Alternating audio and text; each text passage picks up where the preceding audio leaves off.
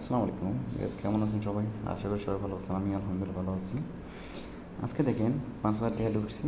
হ্যাঁ, আমি 5,000 টাকা দিয়ে আমি 1,00,000 টাকার টার্গেট আমার, কিন্তু 10%, প্রতিদিন আমি 10% করে নেব। দেখি কী করতে পারি। আপনার সবাই সাথে থাকা আমার, কিন্তু এখনও আমি নিলে আমার এখনও এই 10% হয়ে যেত, কিন্তু আমি নিই নাই। দেখি কী করতে পারি। আমি 40 টাকা করে স্টিক করতেছি, প্রতিদিন আপলোড পাবেন আশা করি। উট কিন্তু উঠল না,